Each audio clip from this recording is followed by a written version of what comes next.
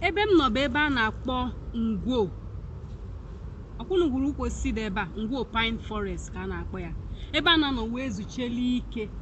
Nya anyị nwere ụgwọdị ihe anyị nwere n'Enugu steeti anya. Ịbata ebe a, ikuku ndụ a na-efesa gị n'ahụ. Ọ bara uru ị na-achọ ebe ị ga-aga efega nke ọzọ. Ihe anyị na-ekwu bụ ha tinye ego dozie ya otu ekwesịrị na-edozi ebe a na-ekiri anya. Ọ ga-abụ ndị si esi latasịa ha bịatụ n'ebe a nọlụ ikuku ndụ, ikuku be anyị, ikuku ala Igbo efesasịa ha n'ahụ, o wee na-atọsi ike.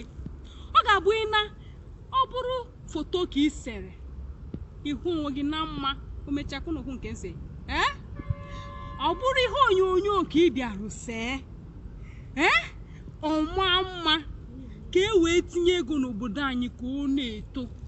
Abịa atinye ego ndị na-aza ndị na-eru afịfịa ọ bụrụ nke nwanụ akpọrọ carpet grass, ighọtago atinye ọ na-eto ka ndị be anyị nwee ha na-akpọ tourist sites.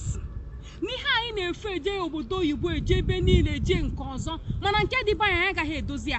Ọ jọgburu onwe ya na njọ. Ndị isi ala anyị, kedu ihe kpatara na mgbe niile anyị chọrọ ha na-ezumike vim mana ihe niile adịgasịcha be anyị. Ebe ahụ kwere ebe akụkụ ebe mmiri na-atụsa, mmiri si n'okwute, mmiri ọma nke ndị bekee na-akpọ waterfall. Ihugo ọ dị ya.